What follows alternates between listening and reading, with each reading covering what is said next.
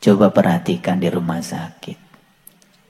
Orang yang stroke, saya ingin bertanya dulu ketika dia sedang bisa jalan dengan gagahnya, apa sih yang dia lakukan? Lalu stroke, kakinya tidak bisa diangkat lagi, dipapah oleh perawat. Latihan jalan. Ada pertanyaan lagi berikutnya. Kalau dia bisa jalan lagi, apa ya yang akan dia lakukan? Jangan-jangan dia melakukan hal yang sama seperti dulu. Menghaburkan seluruh kehidupannya hanya untuk memenuhi ambisi pribadinya. Kita mengucapkan kalimat Bismillahirrahmanirrahim kadang pun tanpa kesadaran. Atas nama Allah yang Maha Pengasih dan Maha Penyayang, begitu sombongnya kita mengatasnamakan Allah yang Maha Pengasih, Maha Penyayang. Tapi tidak ada kesadaran bahwa sesungguhnya yang namanya wakil Allah harusnya membawa sifat-sifat Allah. Masa wakil Allah begitu? Penuh dendam, kebencian, iri hati, tidak bisa menerima kenyataan. Masa wakil Allah begitu? Masa wakil Allah sempit? Masa wakil Allah pikirannya seperti itu? Harusnya kan malu. Tetapi karena dari kecil kita sudah didogma, apapun yang mau kita kerjakan, mulai saja dengan kalimat Bismillahirrahmanirrahim. Lalu itu menjadi kebiasaan. Lalu kita menjadi robot saja. Tanpa kesadaran. Betul apa tidak? Jadi bila kita sekarang tidak mau merasakan lelahnya belajar, maka siap-siaplah kita akan menanggung kebodohan, pahitnya kebodohan. Orang bodoh itu kerja saja harus kerja keras, pakai otot. Pintar sedikit namanya kerja cerdas, pakai otak. Apakah orang yang kerja cerdas pakai otak itu akan mendapatkan keberlimpahan dalam hidupnya? Belum tentu. Karena otak itu masih terbatas, kerja pakai otak namanya kerja masih terbatas. Maka kerja yang paling tinggi adalah kerja pakai kesadaran, pakai hati. Itu yang disebut dengan kerja ikhlas. Hasilnya tanpa batas. Jadi dari kerja keras, masuk pada kerja cerdas, masuk pada kerja ikhlas. Memang tidak mudah membalikkan telapak tangan. Karena kita harus mampu menghilangkan semua kebodohan. Bodoh kok dipelihara. Yang luar biasa itu orang bodoh tetapi merasa dirinya tahu. Padahal dia tidak tahu. Cuma dia tidak tahu bahwa dia tidak tahu. Dibungkuslah dengan kain-kain kehormatan yang membuat dia tambah bodoh. Karena dia dalam keadaan tertutup. Tidak mau mendengar orang lain. Tidak mau menerima gagasan orang lain. Selalu merasa dirinya paling benar. Makanya lihat orang yang semacam itu. Insting untuk berdebatnya luar biasa. Insting untuk menunjukkan pada orang lain bahwa dirinya paling benar juga luar biasa. Bahkan kadang-kadang mencari pasukan untuk menyatakan dirinya paling benar. Masih gitu apa tidak? Kalau masih gitu berarti masih bodoh. Sampai pada titik kesadaran tertentu, kita akan menemukan bahwa sebetulnya hidup itu bukan lagi perjuangan, tapi hidup itu adalah hubungan cinta. Kalau kita sudah bisa melihat hidup itu hubungan cinta, hidup bukan perjuangan, maka untuk mendapatkan sesuatu sebesar apapun tidak perlu penuh perjuangan. Itulah yang disebut dengan fid dunya hasanah wa fil akhirati hasanah. Udah hasanah dua-duanya. Ya.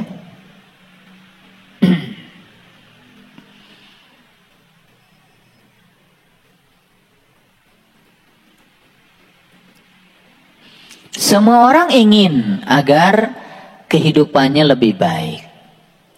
Ada istilah husnul khotimah.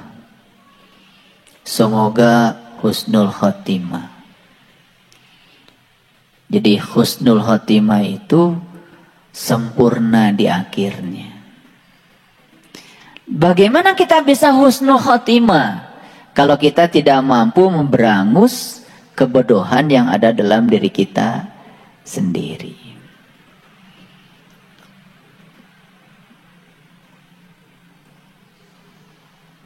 Sepanjang diri kita hanya mengizinkan menjadi robot, sibuk tanpa kesadaran, hanya menjadi robot biologis, sepanjang itu pula kita tidak akan pernah meningkat kesadarannya. Udah berpengalaman bukan? Sholat 5 waktu sudah, wudu sudah, haji sudah, saum tiap Ramadan dijalankan, zakat fitrah sudah, semua rasanya sudah dilakukan kewajiban-kewajiban kita. Tapi namanya juga wajib, dilaksanakan dapat pahala, ditinggalkan dapat siksa. Dua-duanya dilakukan dalam keadaan bermuatan, bukan sebagai satu kebutuhan, apalagi cinta. Masih jauh dari situ kesadarannya. Apa yang terjadi? Yang terjadi ya kita ini seperti robot. Robot biologis sibuk tetapi tanpa ada perubahan kesadaran. Cirinya apa? Cirinya begitu menghadapi masalah kecil saja sudah uring-uringan. Bahkan masalah kecil pun terlihat menjadi sangat besar sekali. Kenapa? Karena ledakan hanya terjadi di ruang sempit. Iya. Tabung gas, isi gasnya banyak. Ruangnya kan sempit. Sebesar kepala kita tuh, yang 3 kilo. Tiba-tiba bocor, api masuk ke dalam. Gara-gara api masuk ke dalam, karena tabungnya kecil, terjadilah pembakaran gas secara mendadak. Energinya besar. Karena energinya besar, ruangnya kecil, meledak. Disebutlah tabung gas meledak. Tahu kenapa meledak? Karena ruangnya sempit. Begitu ledakan terjadi di ruang sempit, bahaya nggak? Bahaya. Tapi kalau itu gas yang 3 kilo dibakarnya di ruang terbuka, nggak ada ledakan. Karena ruangnya terbuka dan luas. Ini masih pada suka meledak kelihatannya. Dari wajah-wajahnya nih kelihatan masih suka meledak. Ciri yang suka meledak itu hancur wajahnya. Iya. Gitu. Makanya penampakan ruh-ruh yang tidak bisa pulang kan biasanya menakutkan. Betul enggak? Itu habis meledak gitu. Dan ledakan selalu terjadi di ruang sempit. Makanya ilmunya sempit. Pengetahuannya sempit. Sudut pandangnya sempit. Dadanya sempit. Pikirannya sempit. Lihat orang kayak gitu. Dikit saja energi negatif datang pada dirinya. Langsung meledak. Itu yang sering disebut kecelakaan spiritual. Sholat sudah, tapi ledakan masih sering terjadi. Harusnya kan bertanya, ada apa dengan sholatku? Suka bertanya gitu enggak? Suka enggak begitu? Ngajinya rajin, seragamnya 7 seminggu. Tapi suka meledak. Harusnya kan ada apa dengan pengajianku? Ya. Tetapi karena tidak pernah bertanya, tidak pernah menyadari, ruang belajar ini diabaikan begitu saja. Setiap kurikulum di ruang belajar ini tidak pernah dituntaskan. Apa yang terjadi? Yang terjadi hanya menghabiskan waktu begitu saja tanpa ada perubahan kesadaran. Saya tanya, mau nggak husnul khotimah? Mau nggak husnul khotimah? Husnul khotimah itu syaratnya cuma satu, berhenti berprasangka buruk.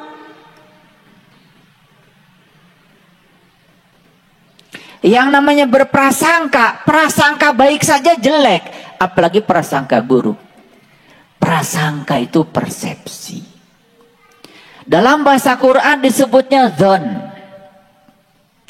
Wa may yattabi'u aksaruhum illa dzon. Inna dzon kana la yughni minal haqqi syai'a. Kebanyakan manusia melaksanakan sesuatu hanya dengan dzon. Dzon itu prasangka. Prasangka baik saja itu sudah jelek, apalagi prasangka buruk. Ada nggak prasangka baik? Ada.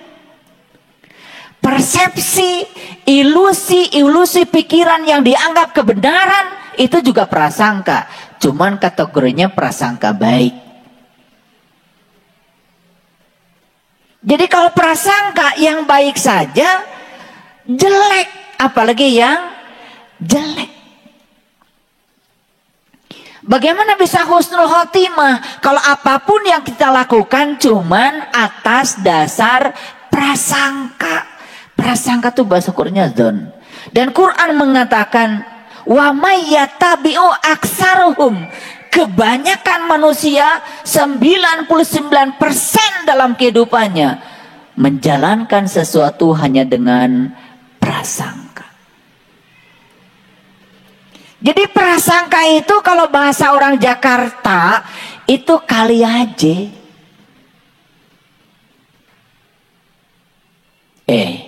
Sholatmu diterima nggak sama Allah? Kali aja.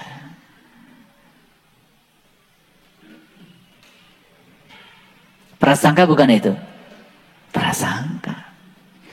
Kamu nanti kalau mati selamat apa celaka?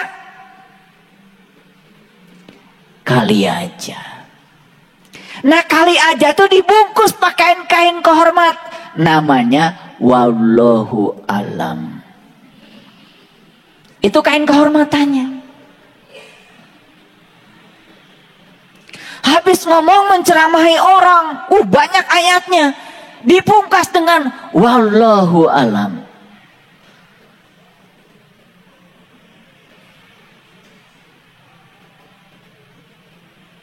Berlindung yang paling kelihatan terhormat adalah berlindung kepada Allah.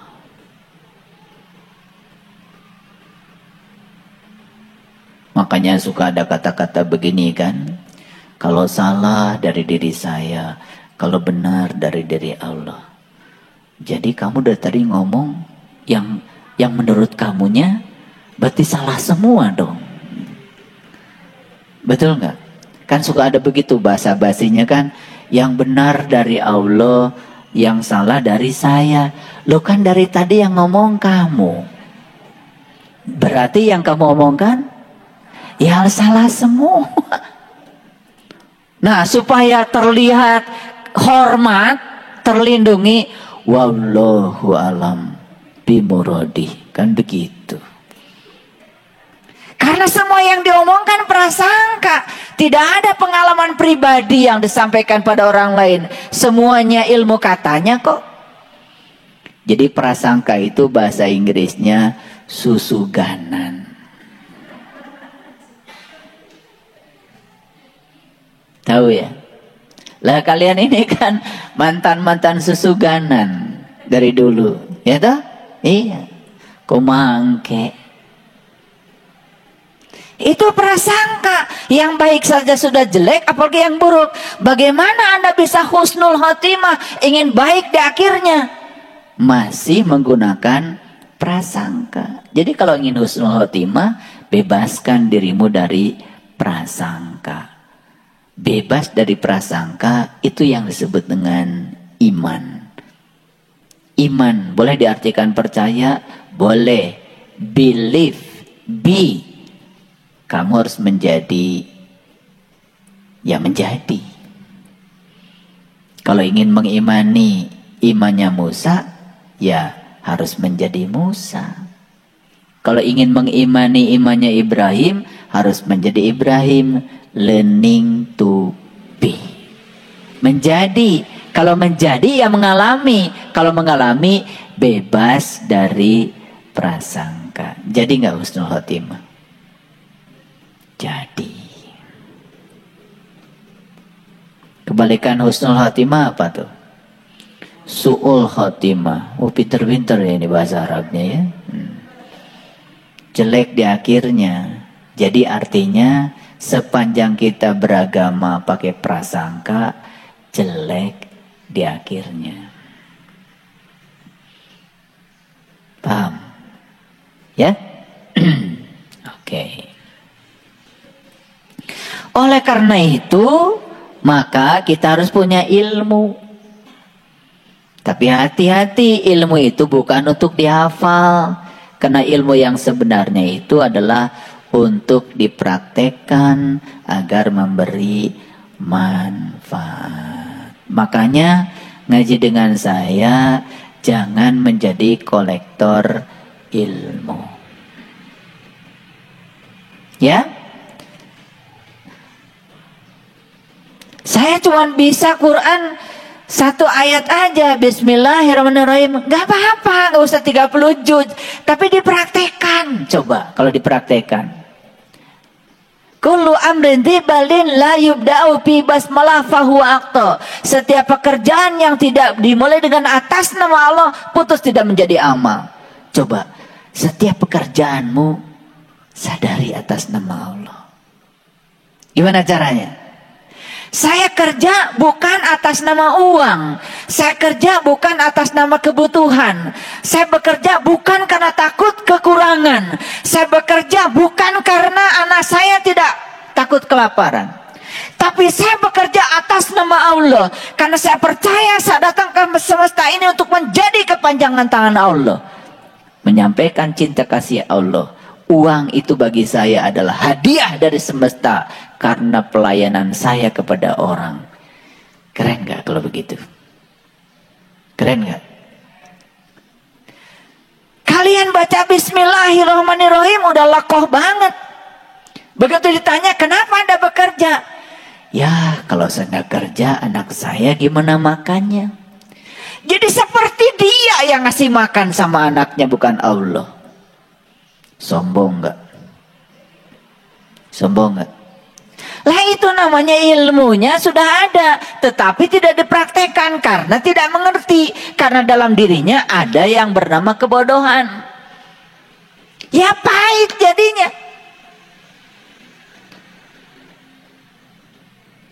Coba selidiki, ya nggak usah jauh-jauh, belajar riset. Kita kerja di pabrik yang sama, gaji kita sama, profesi kita sama.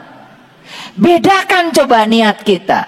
Kalau orang lain niatnya karena takut kekurangan, karena ingin uang, coba kita niatnya karena ingin memberikan pelayanan. Karena Allah titipkan keahlian kepada saya untuk memberikan pelayanan, maka niat saya untuk memberikan pelayanan. Gaji bukan lagi menjadi tujuan. Perhatikan dan praktekkan dan lihat perbedaannya. Pernah nggak menyelidiki itu? Pernah apa tidak? Ya. Kan kita kerja di pabrik yang sama dengan orang, kerja di lembaga yang sama, di institusi yang sama. Coba mulai praktek. Biarkan orang lain dengan niatnya sendiri, tapi niat saya diubah. Bismillah bagi saya bukan seperti yang dikatakan orang. Coba perhatikan. Perhatikan di riset. Ternyata luar biasa. Dulu gaji saya segini, gak cukup. Utangnya banyak. Sekarang gaji saya tetap segini. Kok saya sekarang mulai tidak punya beban? Ada apa ini? Oh, ternyata diubah niatnya. Betul nggak? Saya tanya nih kalian semuanya. Apa sih niat berumah tangga?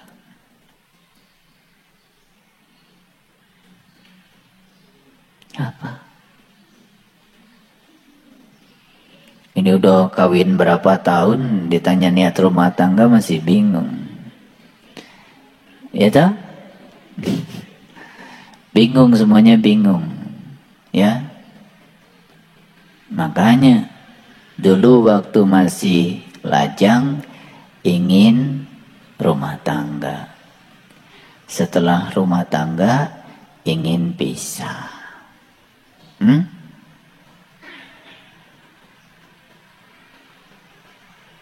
Padahal ayatnya suka dibaca. Setiap kali ada kawinan, pasti ayatnya itu.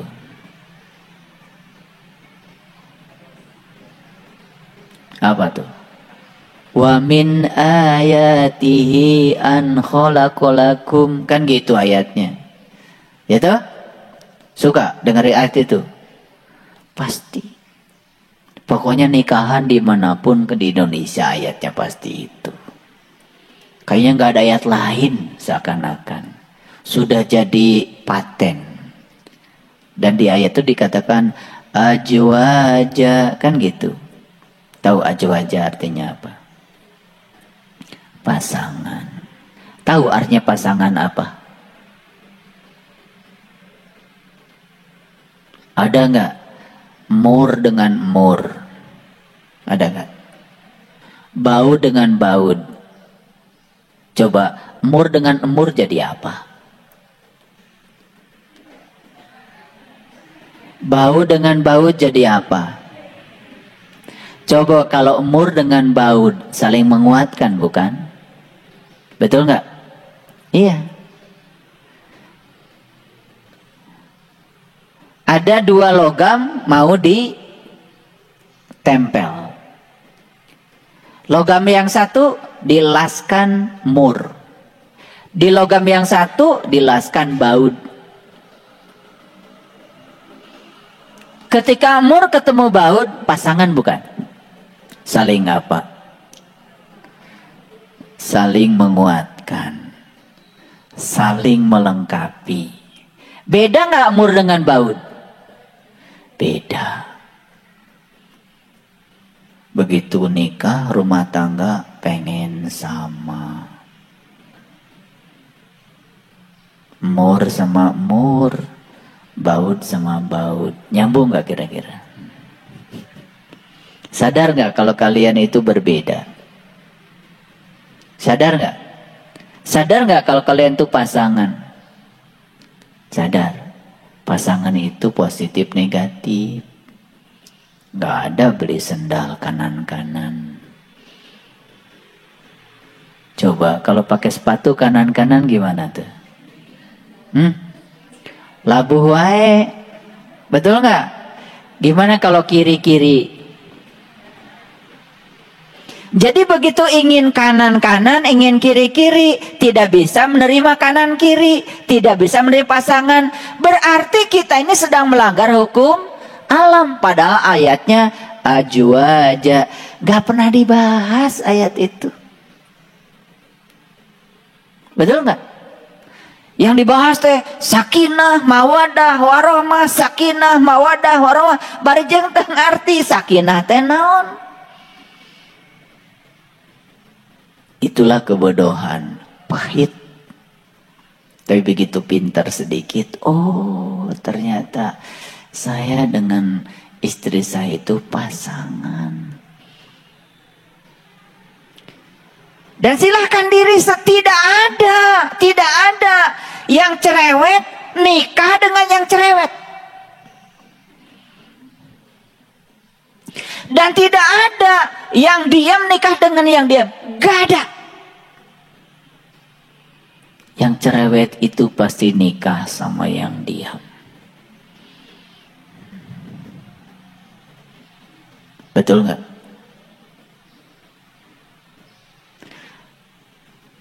Aduh, istri saya cerewet. Terus, oh ternyata istri saya adalah guru saya untuk belajar diam. Karena belajar diam yang paling bagus sama yang cerewet. Coba, kita mau ngomong satu kata, dia sudah ngomong. Mau ngomong lagi, udah duluan lagi ngomong. Sukses gak belajar diam? Sama siapa? Aduh. Langsung terima kasih Tuhan. Sudah diutus utusanmu.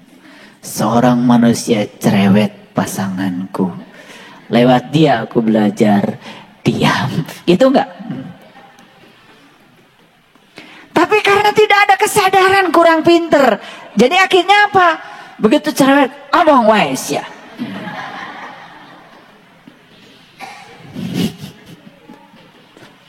Tapi kalau dilihat itu sebagai mitra, sebagai pasangan, jadi klop.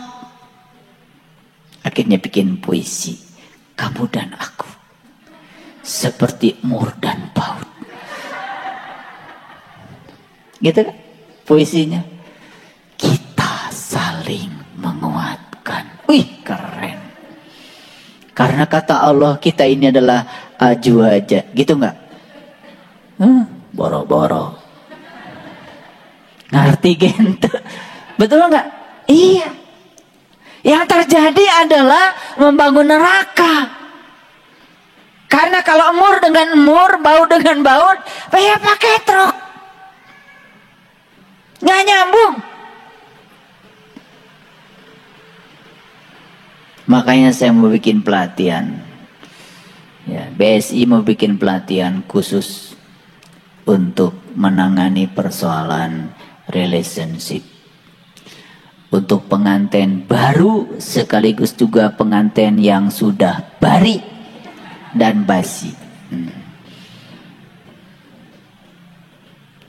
Iya, jadi kita mau kasih argumen saintifiknya supaya mereka mengerti. Begitu sadar, oh kita ini pasangan. Yes, kiri kanan. Men are from Mars, women are from Venus. Aku berasal dari Mars, istriku dari Venus. Dua makhluk yang berbeda. Oke. Kita tetap satu kasur toh? Keren gak kalau gitu? Nah itu. Jadi sebetulnya ilmu kita sudah banyak. Cuman prakteknya kurang banyak. Siapa sih yang tidak tahu kalau sedekah itu membawa berkah? Semua udah tahu. Tapi prakteknya biasanya masih hitung-hitungan. Betul nggak? Itu karena tidak mau mencoba. Gitu. Dan menurut Profesor Kazuo Murakami, kalau orang penyakitnya jantung, ini orang Jepang loh, bukan orang Islam, tidak mengerti istilah zakat, tidak ngerti sedekah.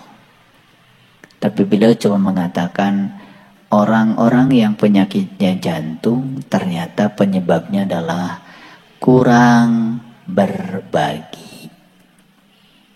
Jadi kalau ditangkap oleh orang Islam ternyata sedekahnya kurang, itu penyakitnya jantung.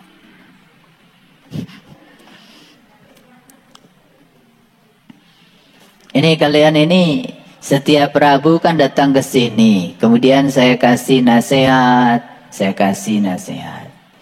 Seneng gak dikasih nasihat? Senang ya. Padahal siapa yang menasihatimu secara sembunyi-sembunyi, maka ia benar-benar menasihatimu. Siapa yang menasihatimu di halayak ramai, sebenarnya dia sedang menghinamu. Jadi saya ini sebetulnya sedang menasihati beneran atau sedang menghina kamu? Gini, kalau saya nasihatin Hari di depan halayak, itu saya menghina Hari. Tapi kalau saya panggil Hari, kemudian saya nasihati di kamar atas, kita berdua, itu menasihatinya dengan penuh cinta kasih. Benar-benar menasihati. Pertanyaannya gimana nih, sekian banyak orang dinasihati, ini menasihati beneran. Kan sembunyi-sembunyi. Kan tertutup nih ruang ini. Hanya kita yang tahu. Betul nggak? Iya. Karena saya kan tidak menasihati satu-satu. Betul nggak? Saya menasihatinya bareng-bareng. Jadi ini menghina atau menasihati kira-kira? Menasihati. Yang merasa dihina, ya baperan berarti. Nah, kenapa kita perlu saling menasehati? Jadi sebetulnya menasehati sekalipun itu anak kita, kalau di depan temannya kan tidak boleh. Karena nanti anak kita merasa terhina. Apalagi memarahi dia di depan orang banyak. Betul nggak? Nah, saya mau tanya jujur nih. Pernah nggak memarahi orang di depan orang banyak? Angkat tangan.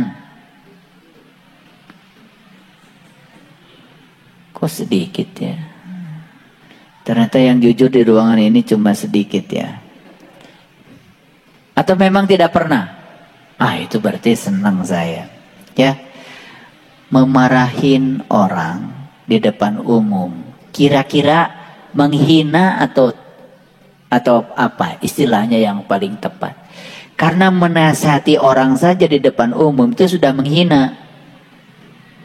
Apalagi memarahin orang di depan umum, coba. Apa kata yang paling tepat untuk dia?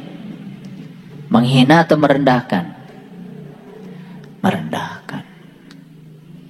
Makanya kadang-kadang kita sering tidak sadar. Betul nggak? Kita memarahin orang di depan orang. Padahal menasihati saja, kalau di depan orang itu sudah menghina, apalagi memarahi. Oleh karena itu, para sahabatku yang dirahmati Allah, keadaan selalu terjaga dengan kesadaran penuh, itu menjadi sangat penting dalam kehidupan. Jadi oleh karena itu, jangan ada kelalaian dalam hidup. Paham? Ya. Kira-kira kain kafan kita sekarang sedang dibuat apa tidak? Saya tanya, Bunda Yani kain kafannya di mana sekarang? Sedang ditenun. Sedang dibordir lagi. Betul nggak?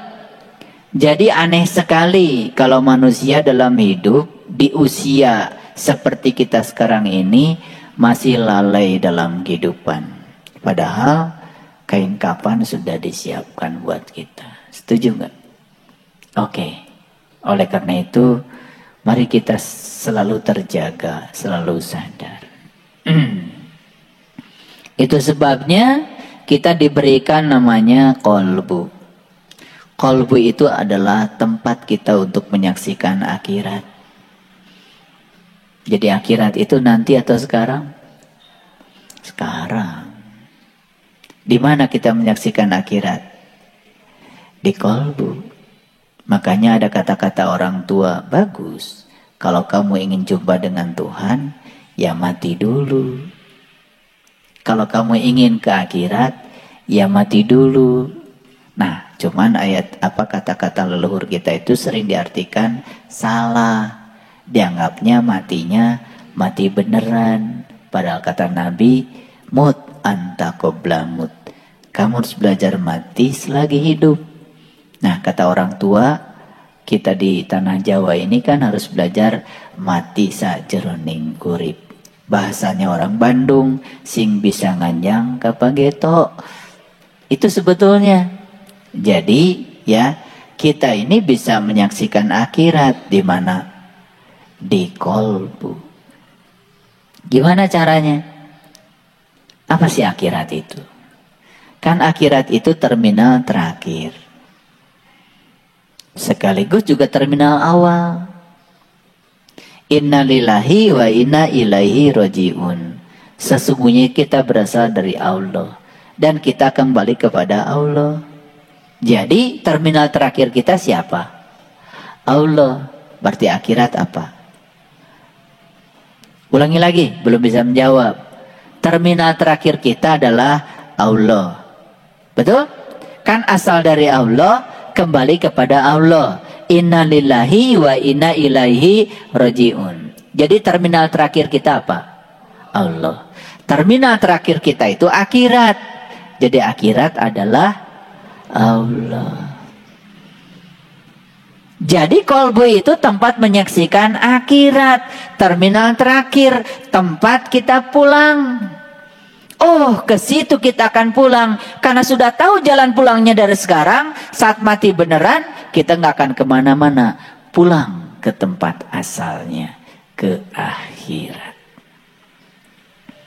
Paham ya?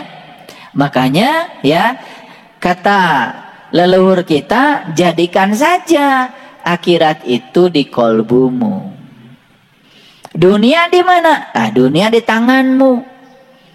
Mati di mana? Mati di pelupuk matamu. Jadi mati itu di pelupuk mata, saking dekatnya. Betul nggak? Ya, mati yang paling dekat, mati beneran, atau mati selagi hidup? Mati dua-duanya. Mati beneran dekat, mati selagi hidup pun dekat. Tetapi yang paling bisa kita lakukan sekarang adalah mati selagi hidup. Dengan cara apa?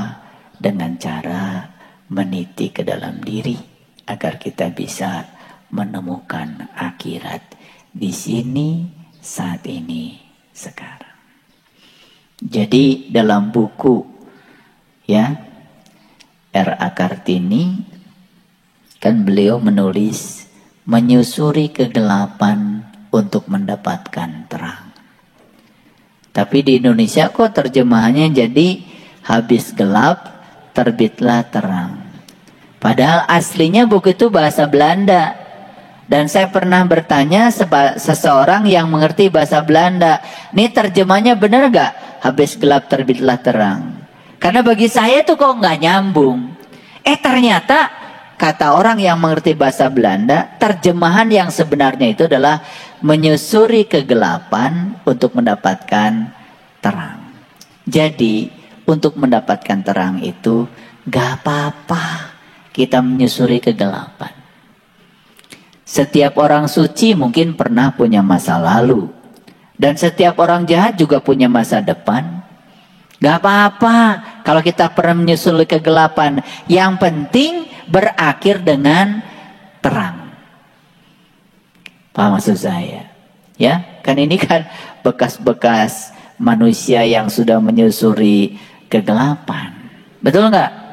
Cuman sudah bosan cicing goya didinya. Ya, makanya berakhir dengan terang. Ya. Jadi oleh karena itu maka ya kita harus menemukan akhirat kapan? Sekarang, di sini, saat ini, ya. Oke. Para sahabatku yang dirahmati Allah, amalan apa sih yang paling berat untuk diamalkan? Ada 3 amalan. Yang pertama adalah dermawan saat memiliki sedikit. Betul nggak? Betul nggak? Jadi kalau orang yang sedang punya kekayaan banyak, pelit, Bisa dibayangkan ya. Ketika kekayaannya tinggal sedikit, kira-kira pelitnya nambah atau kurang?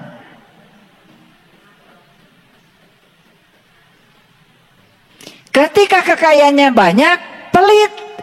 Ketika kekayaan tinggal sedikit, kira-kira pelitnya nambah atau ngurang? Nambah bukan? Lagi banyak saja, pelitnya segitunya. Apalagi ketika sedikit. Betul nggak?